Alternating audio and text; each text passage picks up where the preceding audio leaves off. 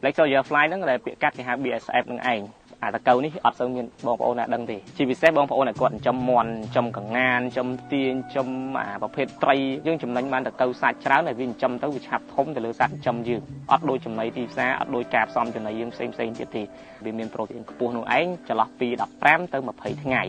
អាហ្នឹងគឺវាល្អតែបើថាទៅលើសហ្នឹងគឺអត់អាចឲ្យស៊ីបានប្រូតេអ៊ីនកាន់តែធ្លាក់ហើយខ្ញុំឈ្មោះជឿនពីរងរស់នៅភូមិសរីតខាឃុំដាក់អំពើស្រុកអង្គធ្នូខេត្តកណ្ដាលបងហេតុផលដែលខ្ញុំខ្ញុំឃើញមានអត្ថប្រយោជន៍ច្រើនទៅលើតកៅហ្នឹងទី1គឺចំណីនឹងឯងចំណីវាយើងអាចឲ្យវាចំណីមន់ចំណីកែបចំណីត្រីអីចឹងណាបងព្រោះថាខ្ញុំចំប្រភេទពួកសត្វទាំងអស់ហ្នឹងអាហ្នឹងបើនិយាយពាក្យពេញគេហៅថា Black Soldier Fly Black Soldier Fly ហ្នឹងដែលពាក្យកាត់គេហៅ BSF ហ្នឹងឯងនៅក្នុងស្រុកយើងចំអត់ទាន់ទលំទលាយបងគឺមានតិចនៅឡើយទេ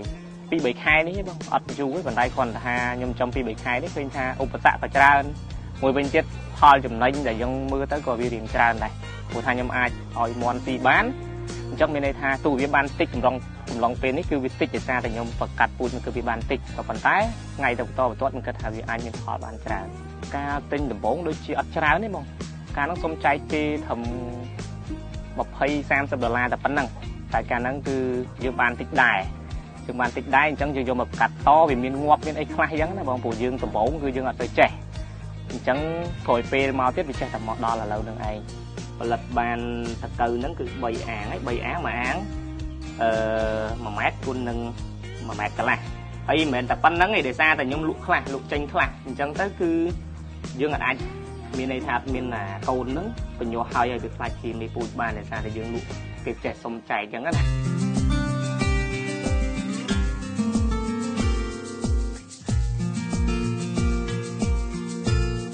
ការរៀបចំក្នុងការចិញ្ចឹមដំបងឡើយគឺខ្ញុំអត់ទាន់ខ្ញុំមើលទៅវីដេអូគេដែរអញ្ចឹងគឺគេឃើញថាវាមានការចិញ្ចឹមហ្នឹងគឺមាន2ធំទី1គឺអាងពូជទី2គឺសម្រាប់តកៅរួយមានន័យថាអាងពូជនោះគឺយើងធ្វើដូចឃើញជាក់ស្ដែងអញ្ចឹងគឺយើងធ្វើជាអាងសំងក៏បានយើងធ្វើជាអាងតង់ក៏បានក៏ប៉ុន្តែបើសិនជាល្អខ្ញុំគិតថាធ្វើជាអាងសំងទៅព្រោះថាវាមានទំនាលសម្រាប់ឲ្យវាឡើងដើម្បីខ្លាចជាតកៅខ្មៅហើយអាងកន្លែងមួយទៀតនោះគឺកន្លែងរោងរុយអញ្ចឹងរោងរុយហ្នឹងក៏វាសំខាន់ដែរយើងអាចប្រក់ស័ង្កសីពាក់កណ្ដាលនិងប្រក់ជាស័ង្កសីថ្លាពាក់កណ្ដាលទៅឬក៏តង់ពាក់កណ្ដាលទៅ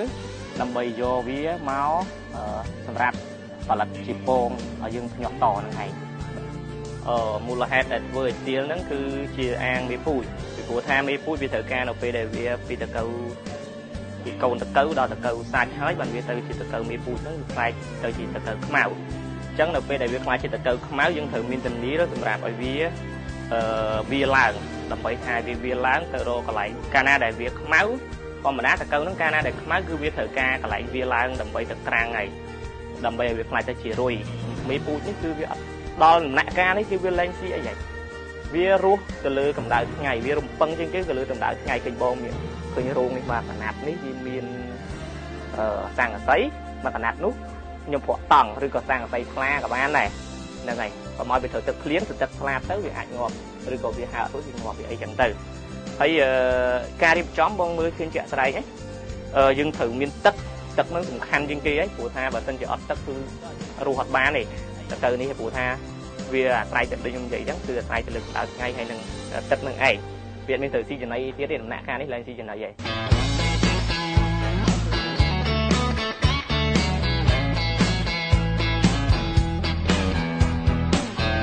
បើសម្រាប់មេគឺរុយព្រោះថាហ្នឹងវាវត្តពីតទៅហើយទៅជារុយវាដូចតែរុយយើងផ្សេងនៅតាមតំបន់យើងអញ្ចឹងវារុយអញ្ចឹងប៉ុន្តែក៏រុយនេះខ្លួនវារៀងវែងហើយតកៅវាក៏រៀងធំជាងប្រភេទតកៅយើងធម្មតាដែរគេចាំទៅគឺវាកើតចេញពីរុយនឹងឯងរុយនេះចន្លោះពីអាស្រ័យលើសុខភាពវាដែរបើវាអាសាផឹកទឹកសាអីចឹងវារស់បានយូរអញ្ចឹងណាអញ្ចឹងគឺប្រហែលទុងមួយអាទិត្យទៅ15ថ្ងៃវាងាប់ទៅវិញហ្នឹងចន្លោះហ្នឹងហើយពងវានេះពងបងឃើញចាក់ស្ដែងហ្នឹងហើយយើងដាក់អញ្ចឹងតាមពិតទៅដោយសារតែខ្ញុំវាមានមេបាពូជតិចដែរអញ្ចឹងខ្ញុំដាក់តែមួយបងប្អូនផ្សេងហើយនៅខាងសុកគេនោះគេដាក់មកជួហើយគឺឃើញមានពងបងឃើញប៉ុណ្ណាបាទវាពងនៅក្នុងនឹងបងឃើញមានជួណាវាពងនៅក្នុងនឹងណា ហើយរយៈពេល2ទៅ3ថ្ងៃអត់ឲ្យលឹះហ្នឹងឯងតែកាលណាដែលលឹះហ្នឹងគឺវានេះហើយវាញាស់ទៅយើងទៅអត់ស្រួលវាអាចញាស់អញ្ចឹងពីពងទៅមុនមានន័យថាដំបូងឡើយគឺរយៈពេល2ទៅ3ថ្ងៃគឺវាញាស់ហើយក្រោយពេលដែលវាពងហើយក្រោយពេលដែលពងហើយ2ទៅ3ថ្ងៃហ្នឹងគឺវាញាស់អញ្ចឹងគឺយើងញាស់ហ្នឹងគឺដំបូងខាងក្រោមហ្នឹងគឺយើងដាក់ជាចំណីមាន់ឬក៏ប្រភេទម្សៅត្រីក៏បានដែរយើងដាក់ចំណីមាន់ទៅក៏ល្អដែរព្រោះវាស្រួលរកដាក់ហើយគឺយើងអត់ដាក់ទឹកច្រើនពេកទេយើងដាក់ទឹកល្មមហើយគឺវាញាស់បានតែ2 3ថ្ងៃយើងចាប់ផ្ដើមឃើញវាស្ងួតហើយស្ងួតយើងចាប់ផ្ដើមថែមទឹកថែមបានមួយអាទិត្យបានយើងចាក់ចូលក្នុងអាងធំឬក៏ក្នុងអាងតង់អញ្ចឹងដើម្បីឲ្យវាស៊ីបន្លែផ្លែឈើផ្សេងៗទៀតតអញ្ចឹងទៅហើយវាអាចប្រមូលផលសាច់បានអំឡុងពេល15ទៅ20ថ្ងៃហ្នឹងគឺយើងអាចឲ្យមាន់ស៊ីបានហើយបើសិនជាដល់ពេលទៅពូជវាអាចពី20ទៅ30ថ្ងៃហ្នឹងគឺយើងអាចយកទៅពូជបានហើយក៏វាមានអាតូចវាស៊ីអត់ទាន់គេយ៉ាងដូចគ្នាហ្នឹងដំណាក់កាលទី1គឺយើងឲ្យស៊ីចំណីមាន់ឬក៏ម្សៅត្រីយើងប្រាប់មិញហ្នឹងរយៈពេលថា10ថ្ងៃចោះយើងឲ្យវាស៊ីក្នុងទឹកហ្នឹងរយៈពេល10ថ្ងៃបន្ទាប់មកទៀតវាស៊ីសុះអស់យើងឲ្យវាស៊ីជាបន្លែផ្លែឈើនៅខាងលើមានន័យថាអត់ដាក់ក្នុងទឹកទេបន្លែផ្លែឈើឬក៏ប្រភេទដូចជាពូត្រីពូអីហ្នឹងដូចជាពងមាន់ពងអីមិនហ្នឹងឯងអញ្ចឹងគឺយើងឲ្យវាស៊ីគឺវាឲ្យស៊ីក្នុងអំឡុងពេលចាប់ពី10ថ្ងៃឡើងបាទយើងឲ្យស៊ីជាប្រភេទបន្លែអីអស់ហ្នឹងហើយវាពេលវាស្ងួតវាចាំទៅហើយបន្ទាប់ពីហ្នឹងទៀតគឺយើងឲ្យស៊ីអញ្ចឹងរហូតឲ្យស៊ីអញ្ចឹងរហូតហូបបន្លែលួយឬក៏ការសម្រាប់ផ្ទះបាយចាស់អីហ្នឹងយើងយកមកផ្អាប់ទុករយៈពេល2 3ថ្ងៃទៅវាអូមវាអីហ្នឹងអានោះស៊ីទាំងអស់បានដូចគ្នាវាស្រួលរកចំណីវាស៊ីចន្លោះពេលដែលវាវិវត្តទៅជាចំណីដែលអាចនិយាយចំស៊ីទៅសាច់អាហ្នឹងគេហៅទៅសាច់ហើយមានន័យថាផ្ដល់ឲ្យមាន់ដែលវាមានប្រូតេអ៊ីនខ្ពស់នោះឯងចន្លោះពី15ទៅ20ថ្ងៃអាហ្នឹងគឺវាល្អហើយបើអាចថាយ៉ាងយូរណា25ថ្ងៃនឹងឯងក៏ប៉ុន្តែកុំឲ្យដល់មួយខែទៅមួយខែ5ថ្ងៃឬក៏45ថ្ងៃនឹងឯងអាហ្នឹងគឺយើងឲ្យស៊ីទៅខាតវិញទេមានន័យថាប្រូតេអ៊ីនក៏ទាបហើយតកូវហ្នឹងក៏ខ្លាចជាតកូវមេហើយនេះពូតែអញ្ចឹងយើងឲ្យស៊ីខាតបើនិយាយចំទៅអានេះតកូវនេះវាអត់ទាន់ខ្លាចជាតកូវមេពូជពេញសាច់ទេប៉ុន្តែវាជាអនាគតរបស់តកូវមេពូជនឹងឯងព្រោះថាវាចេញពីតកូវតូចសិនពីតកូវតូចបងអាចមើលបានហើយខ្ញុំអ្នកចិញ្ចឹមតកូវអត់ខ្លាចនឹងអៀនក្នុងការចាប់តកូវព្រោះថានេះបងអាចមើលទៅនេះវាអញ្ចឹងវាដល់អាយុវាដែលត្រូវធំហើយវាលែងសូវស៊ីចំណីឯងអញ្ចឹងវាត្រូវការវាឡើងវាឡើងគឺវាឡើងរបៀបអញ្ចេះវាឡើងទៅអញ្ចឹងវាខ្លាចជាតកូវខ្មៅអញ្ចឹងគឺវាឡើងអញ្ចឹងហើយអានេះគ្រាន់ថាវាត្រូវការនេះដែរវាត្រូវការពេលវេលាដែលវាត្រូវវាឡើងនឹងដែរកាលណាដែលវាធំវាខ្មៅទៅអាហ្នឹងគឺវាឡើងហើយទីហោដែលជាអានេះស្រាប់អានេះគឺវាជំនាន់មុនអាពួកនេះអញ្ចឹងជំនាន់មុនហ្នឹងគឺនេះបងប្អូនឃើញនៅក្នុងនេះឃើញមានទឹកតទៅពេលមកដល់នេះគឺវាអត់មានទឹកទេដោយសារវាស៊ីស្ងួតហើយមកដល់នេះវាស៊ីស្ងួតហ្នឹងគឺយើងអត់ឲ្យពេកបាក់ទៀតទេព្រោះថាតកូវហ្នឹងតែកាលណាដែលវាយើងយកទៅធ្វើមេពូជអញ្ចឹងគឺយើងត្រូវការកន្លែងគឺស្ងួតល្អដែរអញ្ចឹងកាលណាដែលវាត្រូវការឡើងទៅបើវាអត់ឡើងទេវានៅក្រាំងនៅក្នុងហ្នឹងយើងចាក់ទឹកបន្តិចទៅវាឡើងមកហើយ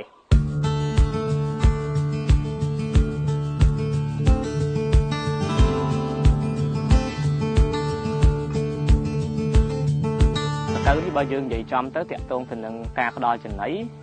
ឲ្យមាន់ក្នុងសារធាតុចិញ្ចឹមនោះគឺវាបបោទៅដោយជាតិខ្ទិះវាហ្នឹងគឺជាប្រភេទដូចទៅដោះគោអញ្ចឹងដូចយើងដូចចលៀនក្រហមចលៀនអីចឹងវាមាន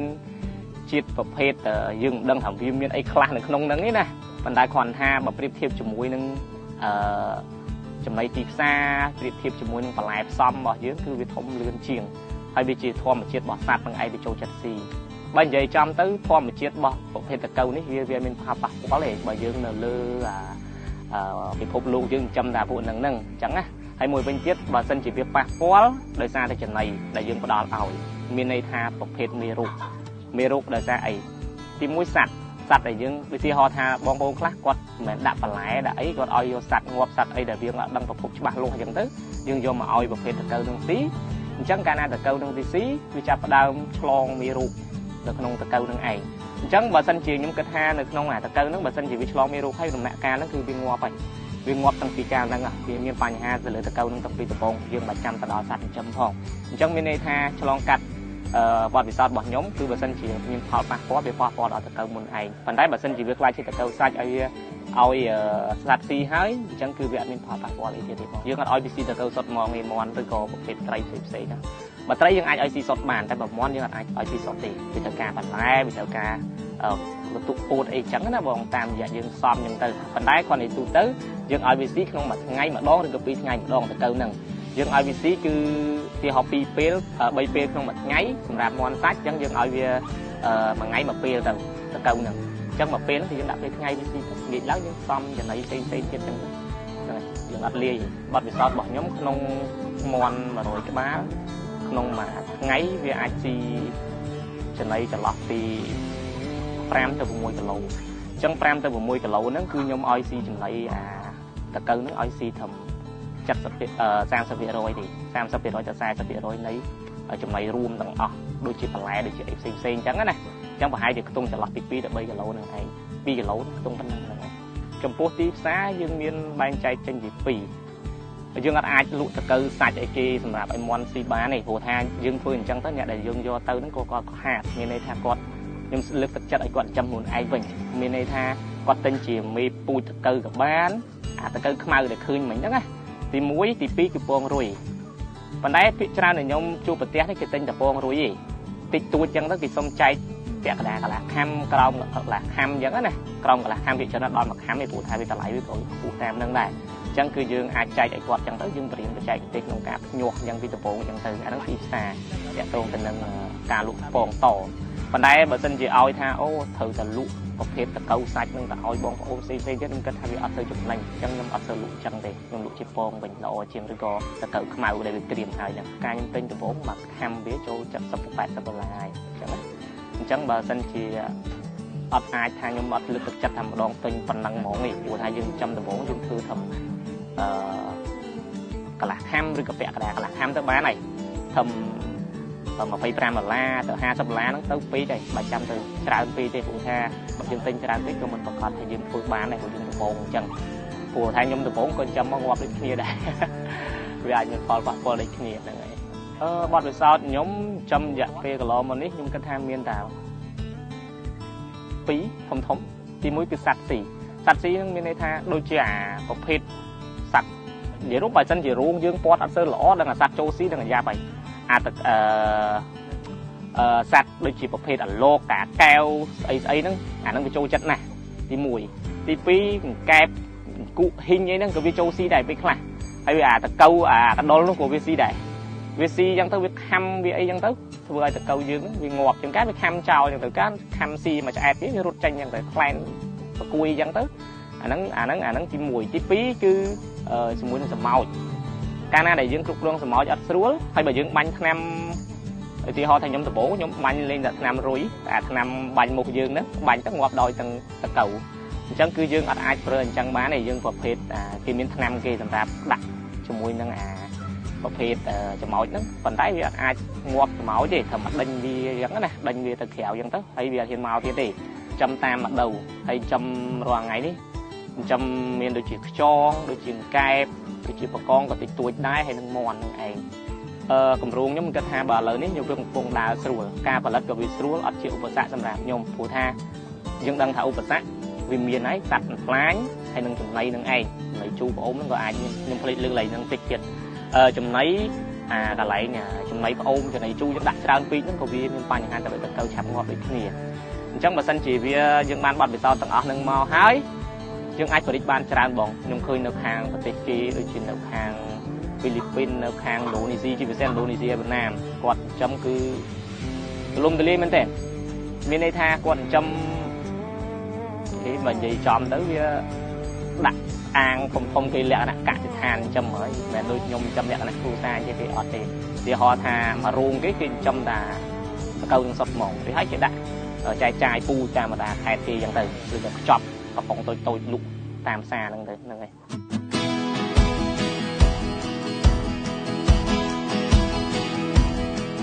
អានេះរោងមេរុយហ្នឹងបងយើងតកៅខ្មៅយើងដែលយើងផលិតបានហ្នឹងគឺយើងយកមកដាក់នៅក្នុងនេះទៅចិត្តពេលដែលចូលទៅមើលគឺបងឃើញហើយចំណុចហ្នឹងគឺសំខាន់សម្រាប់ខ្ញុំទិញចំដំបងអត់ដឹងទេឃើញគេចំស្រួលយើងឃើញរោងឃើញអីយើងគិតថារោងយើងមួយគឺអាចតាំងពីមេពូជ តាំងពីតកៅពូជនៅក្នុងហ្នឹងតាំងពីរុយអីនៅក្នុងហ្នឹងរោងហ្នឹងបានជាក់ស្ដែងក៏ពេលទិញមកគឺយើងអត់បានត្រៀមសម្រាប់រោងរុយទេមានន័យថារោងរុយផ្សេងអាងតកៅសម្រាប់មេពូជហ្នឹងគឺផ្សេងអត់អាចដាក់មួយគ្នាបានទេព្រោះថាស្ថានភាពនៃពលឺគឺខុសគ្នាអត់អាចដូចគ្នាបានទេអញ្ចឹងគឺដំបូងឡើយគឺខ្ញុំទិញមកទី1គឺត្រៀមសម្រាប់រោង2រឿងយើងធ្វើបែបជាអាងថ្មក៏បានជាតង់ក៏បានដែរឬក៏កធុនធំទៅក៏បានដែរព្រោះយើងធ្វើដំបូងកធុនមួយអញ្ចឹងទៅឧទាហរណ៍ថា1ម៉ែត្រឬក៏កន្លះម៉ែត្រ4ជ្រុងឬក៏ជាមូលក៏ដែរក្នុងខាងក្នុងអីចឹងណាបាទឬក៏ក្នុងតង់4ជ្រុងថា1ម៉ែត្រគុណ1ម៉ែត្រទៅក៏បានដែរអញ្ចឹងគឺយើងចាំអានឹងហើយនៅពេលដែលវាឡើងជាតកៅខ្មៅគឺយើងយកទៅដាក់ក្នុងរូងរូងរុយហ្នឹងគឺយើងធ្វើថា1ម៉ែត្រគុណ2ម៉ែត្រឬក៏2ម៉ែត្រគុណ3ម៉ែត្រទៅតាមស្ថានភាពរបស់បងប្អូនដែលគាត់យកទៅអញ្ចឹងយើងធ្វើអត់ឲ្យមលុបទាំងអស់ទេមានន័យថាមួយចាហៀងមានពលឺថ្ងៃកម្ដៅថ្ងៃនឹងចូលមួយចាហៀងទៀតគឺមលុបកុំឲ្យត្រូវ